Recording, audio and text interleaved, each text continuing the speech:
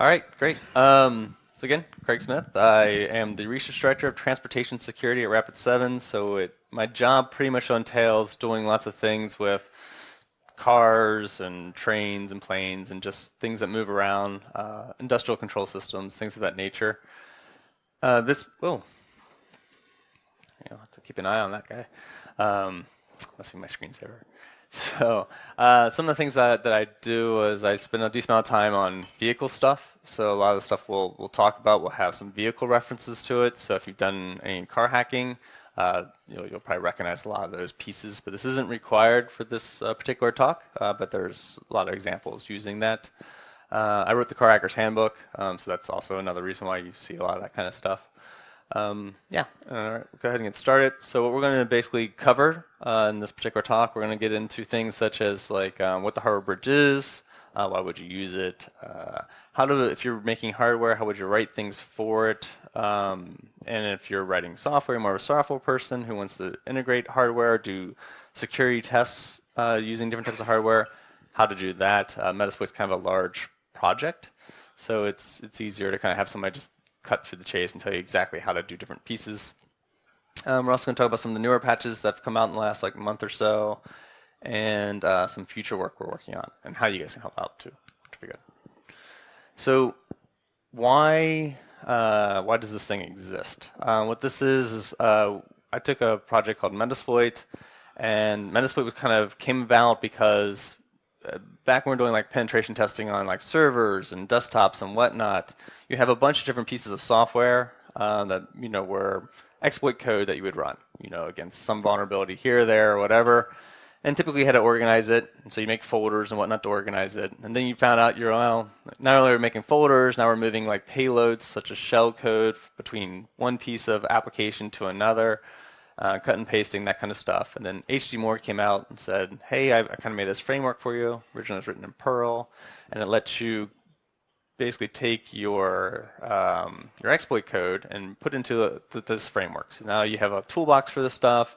You can mix and match and use these pieces in a more efficient manner, which is quite nice, and over time it's really grown to be very, very large. And I've kind of noticed that as hardware becomes more software-based, being that we're running firmware and whatnot on hardware, and we're attacking more hardware-like platforms because they're getting more software, more complicated, but our tools are also becoming hardware-based. We're using lots of different types of tools to do different levels of things, be it RFID cloning or be it software-defined radio. And so for each one of these pieces of hardware, we have our own individual pieces of software, our own individual DLLs and libraries and tools. And we kind of are in the same situation we were in several years ago with software, but now we're there with hardware. And so I want to kind of take a stab at kind of standardizing how we communicate with our tools in a way that we can mix and match things together and not have to worry about, well, I bought this tool from this vendor and I'm using this variation of tool, but they're all basically transceivers, so they should work like transceivers. So this is the attempt at that.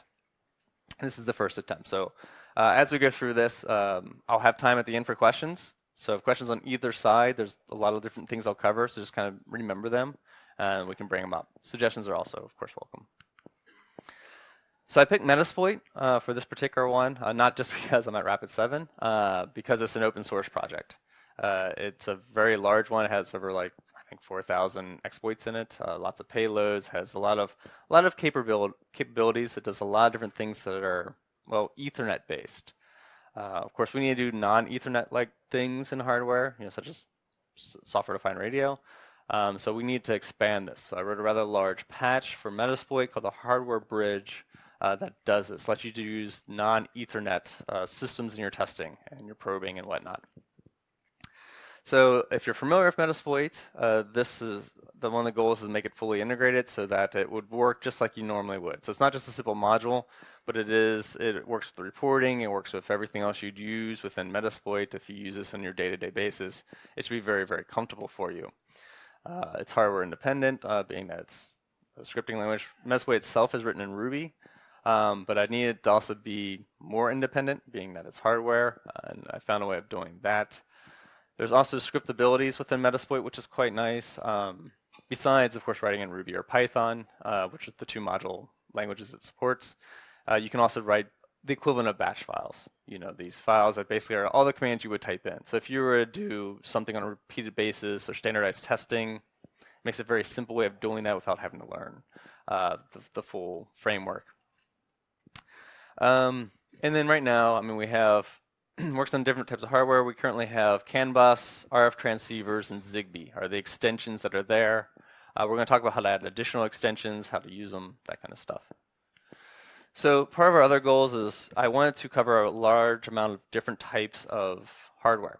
So if you are a open source hardware, I put files in there. It's not open source software. But anyway, open source hardware, so I should say. With networking, that's the ideal, easiest platform. If you happen to have like a open source device that happens to have either Wi-Fi or Ethernet, it's not required. But if you have that, because Metasploit is still primarily an Ethernet system, it integrates quicker and easier. Without it, it's fine. If you don't have Ethernet, we can make that work just fine. So that's typically over USB or something of that nature. If it's a proprietary tool, those can work. That's not a real big deal, especially if you want to integrate with us. That's pretty easy to do, and we give you all the tools necessary to do that. If you're a company that maybe doesn't know what Metasploit is, the MSF at the end of that is Metasploit framework. If you don't know what Metasploit is, maybe you never really thought much about security, you just kind of make some device that integrates with something. Maybe you don't even want to be associated with Metasploit or the hacking teams or whatever. I want it to work anyway. That's part of the point of this is, as long as I bought that piece of equipment, I feel I should be able to use it. So this particular bridge needs to work between open source to proprietary to even, I really don't want Metasploit to work with my tool, it needs to work anyway. So this is some of the design decisions that will go into it is because of these things. I also want to work as a standalone. I didn't want to have a very large setup that was very complex. So if I just want to put it on a laptop or put it in a VM, it would work just fine. But I also do a lot of stuff with red teams. And so with the red teams, I have a group of people. And so there's things where I want to like share hardware, things of that nature, without having to unplug things and whatnot, and communications and stuff has to work. As well as I needed to expand out to and scale out to the point where you could talk to like security operations teams. So maybe they're doing things on a day-to-day basis. They're not a red team, but they have hardware requirements as well. And so I want the same platform to work for all of these. So here's some examples of some devices that don't have Ethernet that are supported. We have like a yardstick up there. It's an RF transceiver that talks over USB. We have some CAN devices there. They talk either of USB or sometimes they're PCI cards or sometimes they're serial. It just kind of goes all over the place. But none of these have Ethernet on them. So in order to make that work, what we do is we create a relay. And so the relay just takes whatever their proprietary communication channel is. Proprietary just meaning their custom one. It's not really like they don't talk about it. But maybe they talk over, like say a serial communication. So in the serial world, they may take a certain character, and that character does this method. And so that is just up to that device. And so the relay, all it does, it translates whatever that normal communication, the native communication of that device is, to a standardized communication that Metasploit can understand. If you happen to have Ethernet, it gets a little easier. So this particular device is Car Loop. It's an open source device, runs on the Particle board, which is like a $20 Internet of Things Arduino board thing. And so what you can do is you can basically embed that same relay concept into your firmware. If you do that, you can basically make a Metasploit compatible device. These are kind of cool in the fact that you simply plug these devices in if they're Metasploit compatible, and once they boot up, Metasploit can just talk to it, and it'll negotiate all the differences and capabilities of that piece of hardware. It's nice because when you're doing it this way, it's really, really hard, of course, to understand what is the intention of that device. And so we're getting to the details of how these relays are set up. But once Metasploit first communicates with that device, it then learns that information. So it can then set up your interface appropriately. Like, oh, this is an automotive device. So therefore, automotive testing suites will become enabled. Things of that nature. And so that's one of the nice pieces about it. But again, it's just the relay. So all these devices have that capability, be it a physical USB device or one of these. They're just the relay lives in different spots. It lives on the device, like the laptop that the device is connected to, or on the device itself. The API I went with is JSON. protect all these different types of these protocols.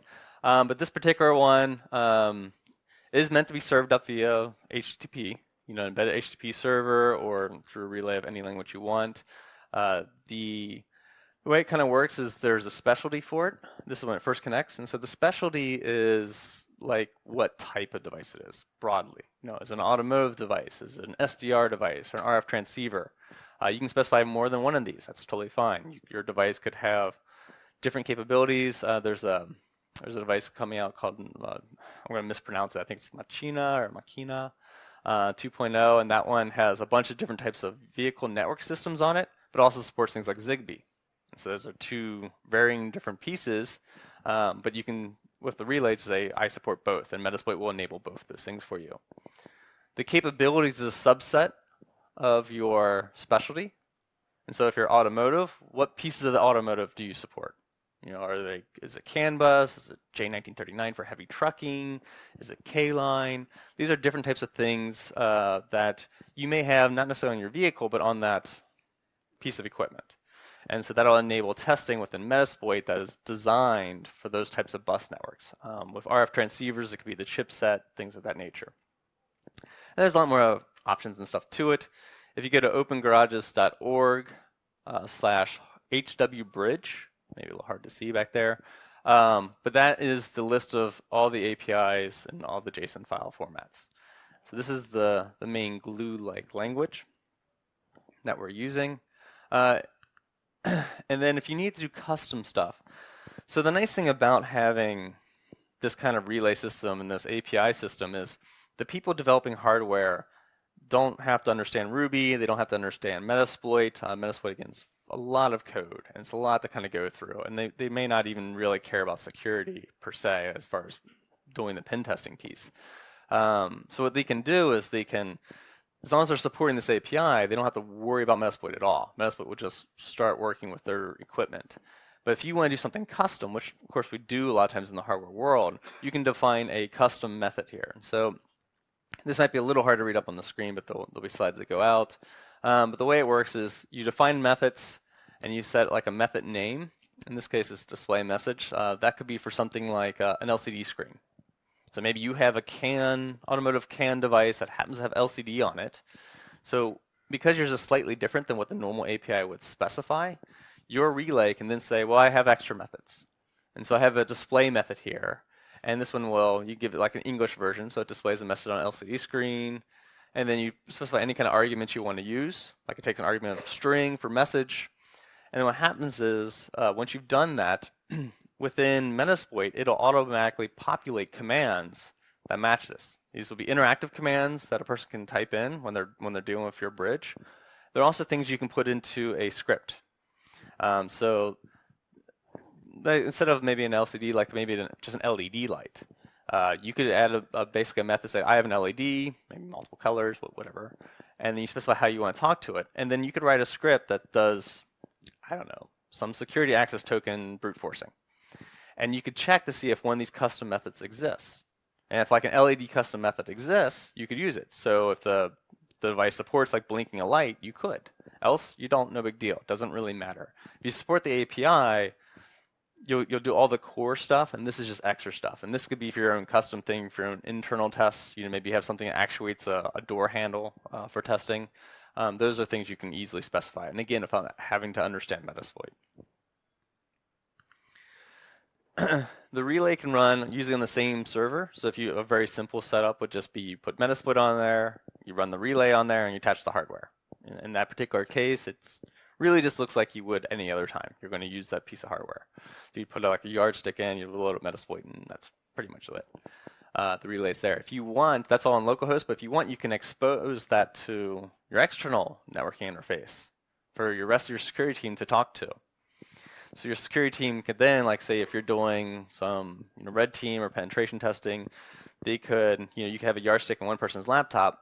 Somebody gets an idea, oh, I want to try and jam the ADT, like alarm system or something of that nature.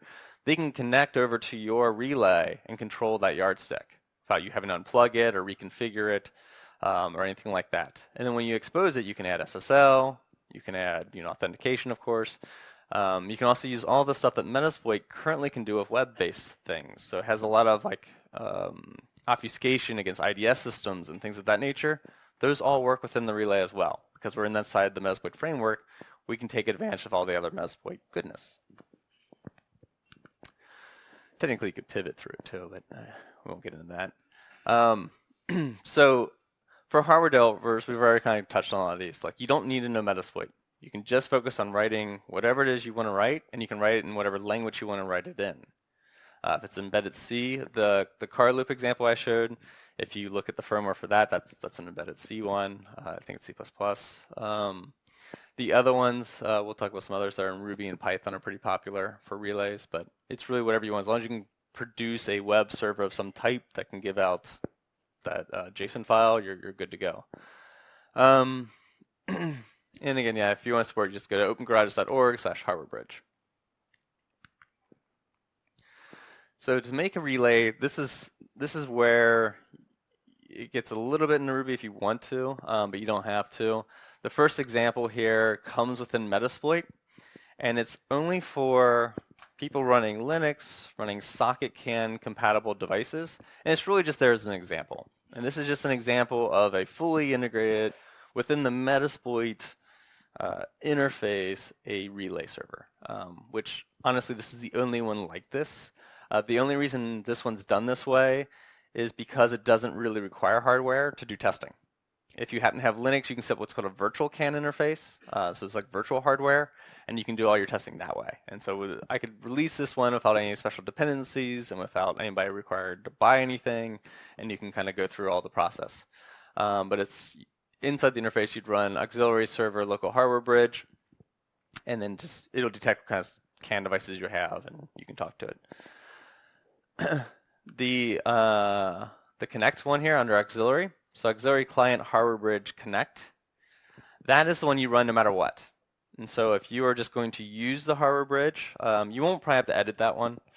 You'll just run that one. That one connects to the local hardware bridge there, connects to the car loop, or connects to whatever. Any piece of hardware, that's the one they run. I'm just listing it here in case for some reason you need to change it, but it should work generically. Some other relay examples are under the tools hardware folder within Metasploit. There's one there for the ELM327 chipset. That's just a very affordable CAN chipset. It's like $7 to $15. You see them all the time, like on eBay and that kind of site, where you have Bluetooth on it, and then you can use your phone apps to pull basic car diagnostic information. They're horrible sniffers. But as far as like broadcasting traffic, you can do that. And there's a way to do like raw traffic through those devices. And so Metasploit's aware of that, and the relay exposes those capabilities.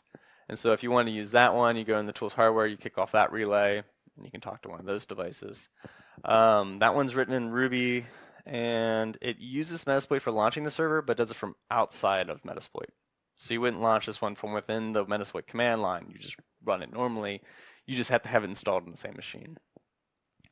The other example in that folder is Killer Bee relay. So Killer Bee is a Zigbee attack framework.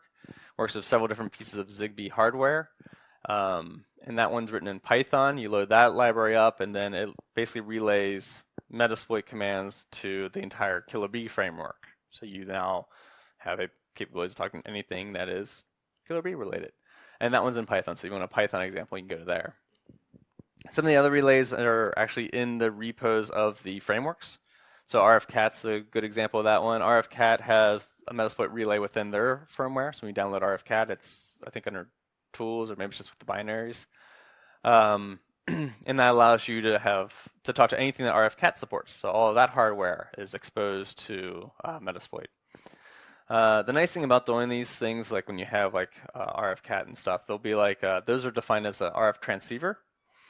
And even if you weren't using RFCat, maybe you just made your own, as long as you support the API for RF transceiver, it would just work. It wouldn't matter what you're using the other end. This is like what it looks like if you're inside of Metasploit. So how many people here are familiar with like Meterpreter? Let me use it. We have about half of you. Okay, so we take advantage of Meterpreter's basic interface within Metasploit. So Metasploit is the penetration testing framework where you're going to try and get like a lot of shells, typically is how it works. And so popping a shell in the box is usually your goal, but instead of running like bash or command.exe, Meterpreter is kind of like its own embedded shell. And it can run in memory space, and it can do a bunch of things. So it can do, dump your processes, wipe out event logs, pivot through systems, things particularly designed for security researchers. So a lot of what people do is they try and kick off a bunch of Meterpreter shells. Hardware Bridge uses their same interface. So when you run the Hardware Bridge Connect, you can set up options for remotely connecting or whatever, and you say run, and then it goes and connects into your hardware device, your relay, and you'll get a message about leaving the matrix. That was from our legal team. We had to throw an extra message in there, basically because you're not playing anymore. Like once you're on hardware and you're playing, it's going to have a physical consequence. And our first stuff was on vehicles, so we kind of had an extra disclaimer. So you get a little thing about matrix. And then when you type sessions, typically what you get there is your Meterpreter shells. So that's all of the boxes you've compromised. Within that now, if you connect it to a piece of hardware, you'll also get your hardware bridges listed there and whatever their category type is. So it'll say like, oh, here's a hardware bridge and it's automotive, and here's one for RF transceivers, whatever you've connected to. And at that stage, you can jump on them and use them. And so you do that by creating an interactive session. So it's just and then you give it the session number that you want to connect to. And once you do that, you'll get an HW bridge kind of prompt. And once it connects, because it knows what kind of device it is, it'll automatically load a bunch of commands particular to that device. And these commands are interactive commands that kind of maintain the state. They're not really exploits necessarily, not really supposed to be. They're just kind of there for maybe debugging purposes or to kind of set your device in a certain framework or frequency level that you want to work on or whatever. So this example here is with automotive. With automotive systems, you'll get things like available buses. And then when you type in that command, it tells you how many buses are connected to that particular device. So before you might have noticed it said CAN was something that supported. Here it would say, well, how many of them? Because some devices support more than one CAN device. And so you may want to, if you do car hacking, there may be a certain one you want to work with. And so there's also a command called connect. You can say, I want to connect to CAN 1. And then it really just saves you from having to type in which bus every single time. And so then you can just focus and work on that particular CAN network, and then you can switch to another one or whatever. So this interactive piece is typically just for kind of managing that particular piece of hardware in that state. You put everything else in post. If you had a custom one too, this is what it would look like. So that display message, you would just then type in display message and you give it a string, and that would scroll across the LCD. And so that pops up in your interactive piece as well. So depending what you're using it for, this may be the only thing you want to use it in. But a lot of times when you're writing custom hardware that has extra functionality like this, typically you add them to modules or post modules later. They're not on the screen, I think it's on the next one. But those are more like the exploit scripts areas. Anything in this interactive piece works with what's called RC scripts. Those are basically your bash scripts. And so if you have something you want to run over and over again, if you want to do standardized testing, so say you work at, I don't know, a company who buys third-party pieces of hardware, maybe to put together a car, you could then kind of compare apples to apples. So not every test is unique. You can then have a series just like you would scan a web server to kind of get your base image of what the security looks like and the security profile. You can do that with hardware. You can take all your tests you want to run on, say, like a secure automotive gateway, put all those together, run that on one vendor's equipment, get the competitors in there and run against that too as your state baseline. Currently, there's no great way of doing it. This is the closest way you can do it, is just kind of define these and then run them. Hardware doesn't have the same kind of standards yet that we would have on a web server, so I'm hoping to get to. And we've already kind of mentioned using for LEDs and relays and that kind of stuff. That's whatever you really want to. It's up to you. If you want to change Metasploit, like say you want to add custom commands, or you want to create something that maybe is a new extension. It's not an RF transceiver, it's something like maybe you want to make a debugger. You want to expose debuggers to Metasploit so that you can in Metasploit use the debugger to do things like, you wouldn't use it for reversing, at least I wouldn't. What you would use it for is the results of reversing. So maybe if you attach a debugger to like a Cisco switch or something, you know that if you change this memory address, it'll disable password authentication. Like that could be useful. And so you'll make a module that does that exploit if they attach to the debugger. And so the hardware bridge is the debugger, and there'll be a module that says, I'm on Cisco now, do this thing that disables passwords. That would be an example. Since we don't currently support that extension, what you'd want to do is you want to go under the librex post HW bridge folder. That's where all of these kind of live, and then you create a new extension there. You can take the automotive folder and copy that over. You can take RF transceiver, or Zigbee, or whatever. Kind of look at those for the example. The base and extensions is pretty much what's in the API. And so when you see that raw API part, that's, like we send CAN packets, that's where that exists. And so your core things for like maybe a debugger might be like, I don't know, reset's probably a common thing you'd put in there. Peeking and poking, maybe that kind of stuff would be in your extension piece. If you want to add custom commands, like the supported bus command that always shows up every time you load up a debugger for you, or whatever it is you're doing, that lives a little bit farther down, but still the same folder. So under the post hardware bridge, there's a UI, console, command dispatch, and then there's a core, and that one basically does all of your major session stuff, so you can background processes and that kind of stuff. And then there's one specific to your extension, like automotive or RF transceiver, that kind of give you your state-related stuff, and that's where your actual reset command and stuff would go into. Your exploits, however, live in post. And so they go under live MSF core post hardware and then whatever the extension. And then this is going up here for we'll give you a PDF and you can just get them because, again, Metasploit is a lot of stuff. And so this takes a while to get through. And so this area here falls more into if you want to make your custom extension. If you want to make exploit modules, like maybe you want to use one that's already there, like you want to do CAN bus, but you have an idea for, I don't know, scrubbing the read by ID UDS messages. Those go under the post module there. That's all you'll have to change. Those just kind of work. And then you don't have to worry about anybody's hardware when you do that piece.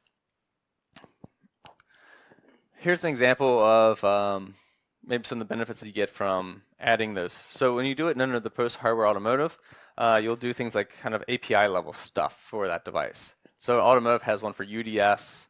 The J1939, which is the heavy trucking communications, is in there. I think TP 2.0 is going to be in there. Things of that nature. So this is where you create an API for your exploit developers. And you do that because, it's great to be able to talk to CAN and stuff. This is what CAN looks like. And it's fine for Metasploit, but it's still a lot of work on the exploit developer side. This particular example is a very, very simple request. It makes a broadcast request, basically asking for PIDs. And then the EC responds with 2 different ECUs saying, here are my PIDs. And then you have to then take these values here, breaking them up by bits to figure out which IDs are supported. Sometimes these PIDs will say like, oh, also there's another 20 you need to go back out and get, and then it has to go back out and request those.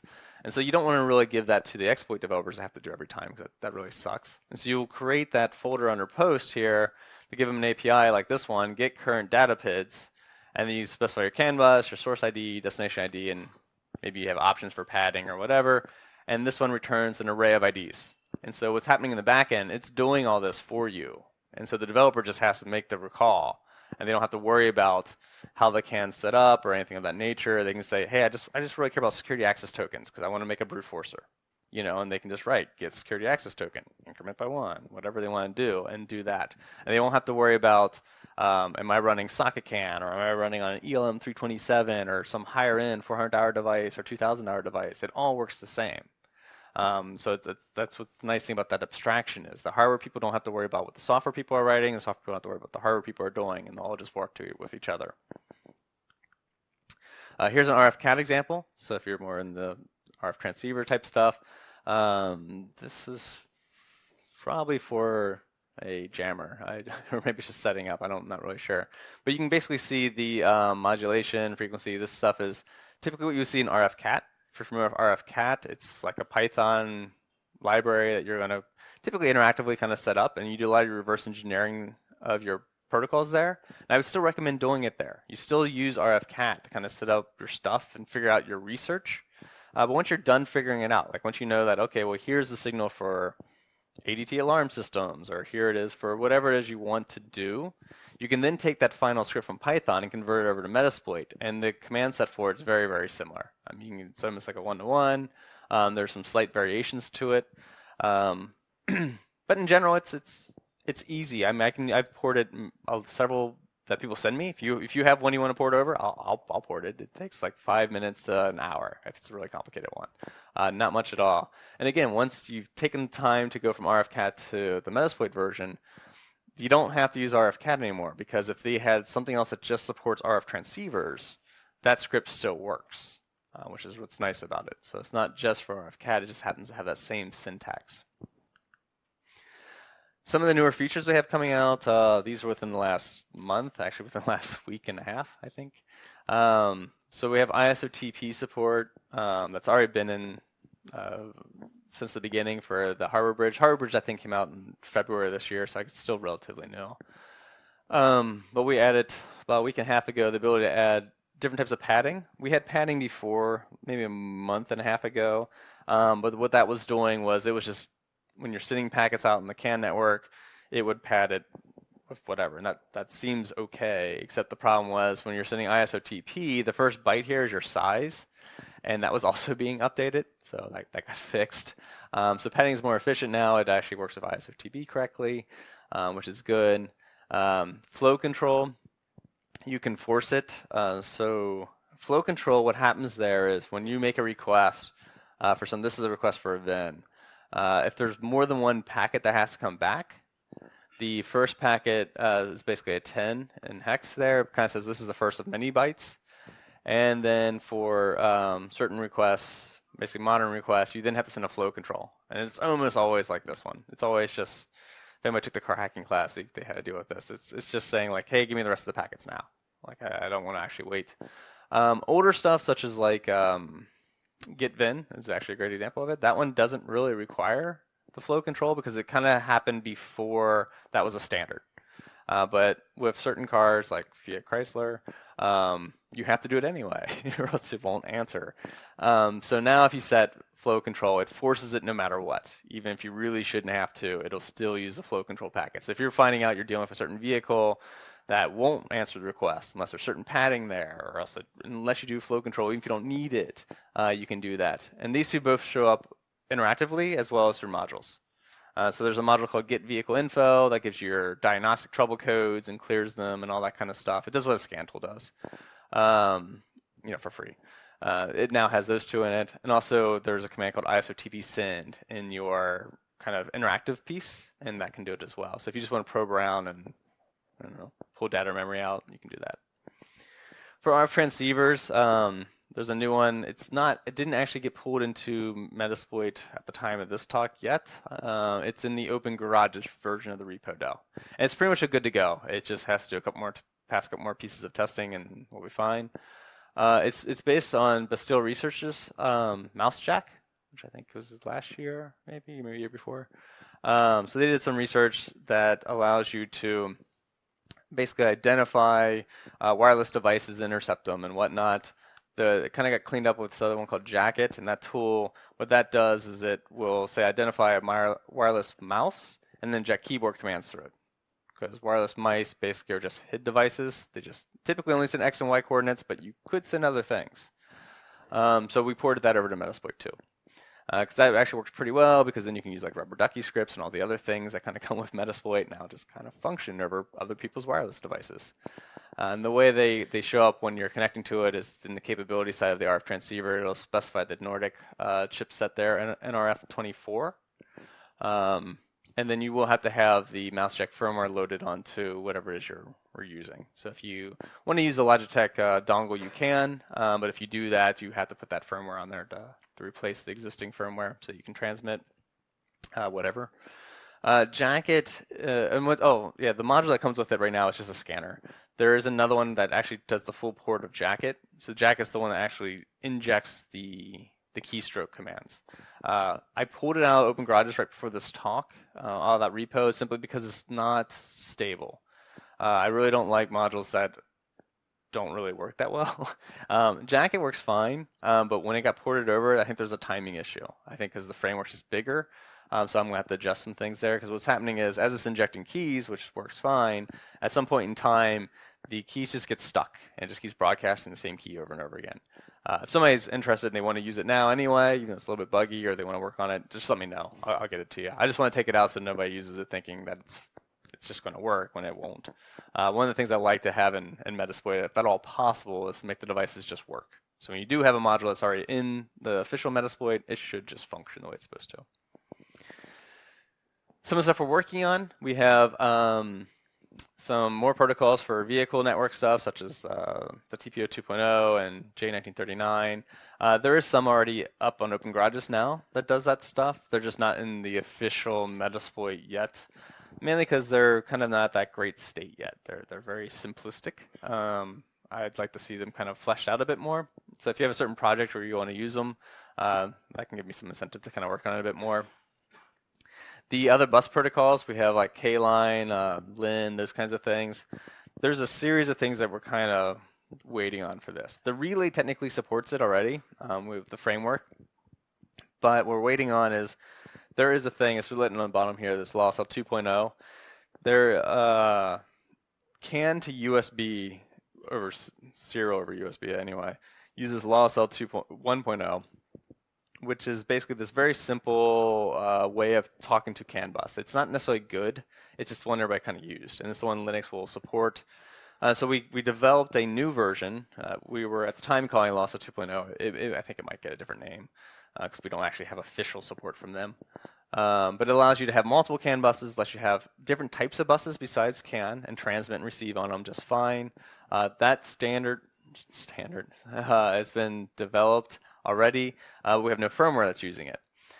So we have firmware being written by Colin from evtv.me website. It's an electric vehicle conversion site. They've done a bunch of stuff before with converting things and doing CAN bus stuff. And he's done the CAN Duo is one of the devices he wrote. So he's doing the firmware for the Machina 2.0. And in that one, it has support for all of these other things. It has K-line and LIN and whatnot, and it follows a new protocol that Metasploit will follow. The Machina passes Kickstarter, so they've released the demo versions of the board to certain developers. They're not out yet with their official version, that'll be soon. But at that time, once that comes out and the firmware's there, then Metasploit will support these a lot easier. It'll just kind of work, which would be nice.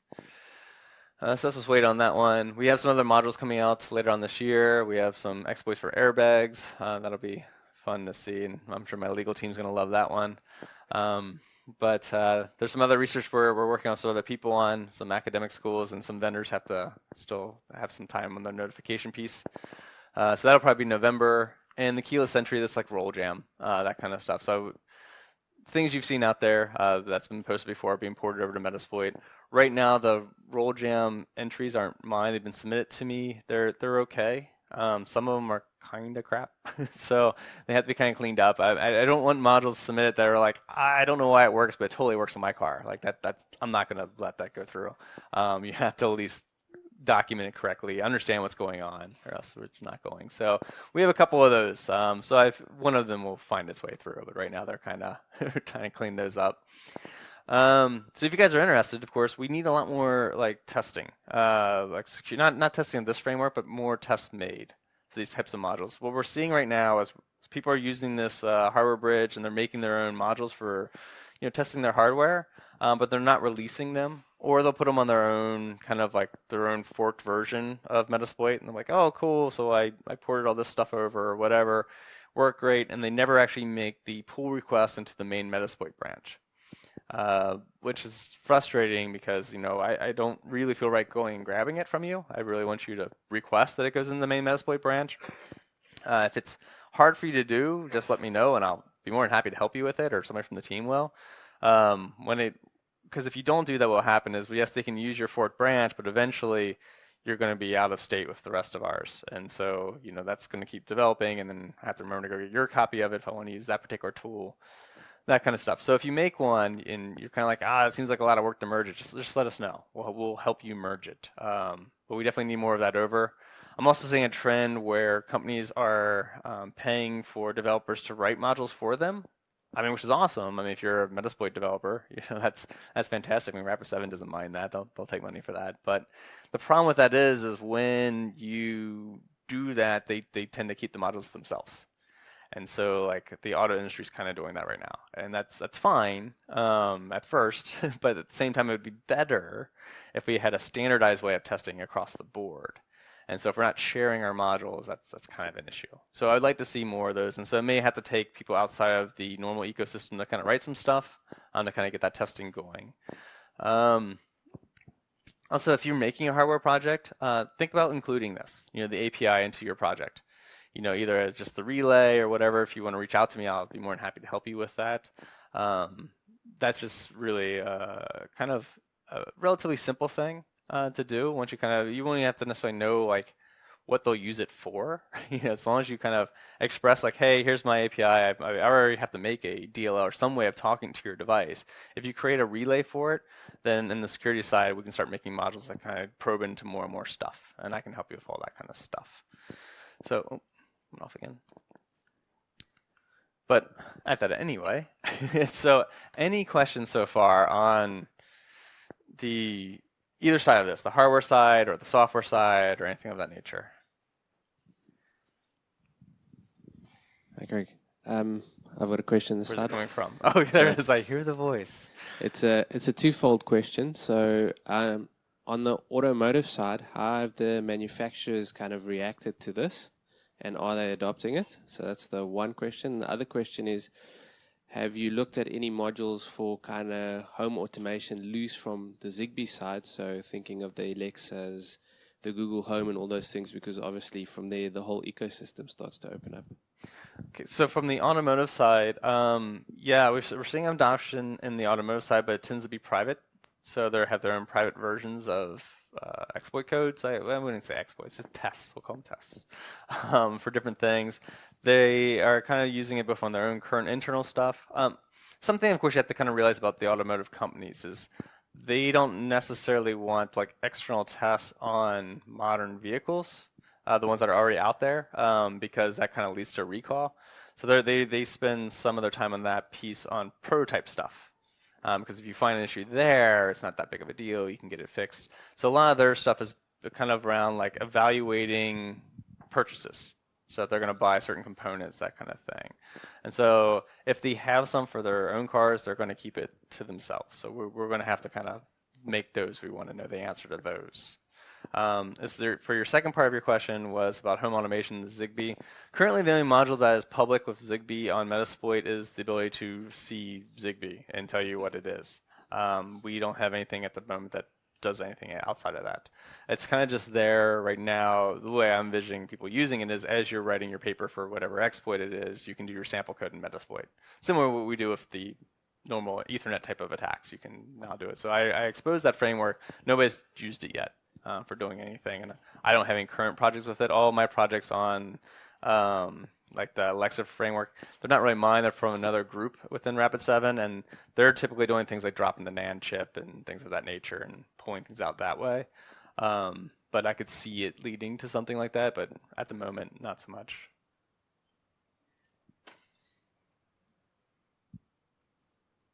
Question over here? Are there any publicly available bridges we can try to connect with and play around with? Oh, other people's hardware? No, you can't connect to like just random. I mean, I guess you could look for Shodan or something to find them, but there shouldn't be any. I mean, ideally, they're gonna at least password protect them if they expose them, because it is physical hardware. So if you jumped on somebody's hardware, it's physical hardware. By default, it won't do that. They could make it do it. Why don't you put some online for people to get hands-on feeling with what it can do? So the closest I have to kind of give people a feeling for it is that local hardware bridge. And so if you run that one, you can bring up a Linux interface. You can create some virtual CAN interfaces. So that's just like CAN bus stuff. And within that, once you load the local hardware bridge, it will automatically just populate that, and you can talk to it and interact with it and whatnot. You'll probably want something like ICSim or UDSim, which are other tools I've written. So under GitHub, Zombie Craig, those are two tools you can get that will simulate car components as well, and they'll talk to vCAN too. So you can have an instrument cluster kind of running and then have Metasploit interact with that. Or UDSim does require you to record some diagnostics that happened on a vehicle, and it will simulate a vehicle using that information. So if you want to kind of like test those kinds of things. I've used them in presentations before where I'll record attacks on a vehicle that's diagnostic level attacks, and then I'll put the simulator up on screen as opposed to a car so I don't like name shame somebody. And then that virtual car is up there and I can do the same attacks because it'll simulate the car answering the way it was answering. And so that's something you can do, and it's not going to kill anybody and it's not actually on real hardware, and you can do it locally or whatever. Other questions?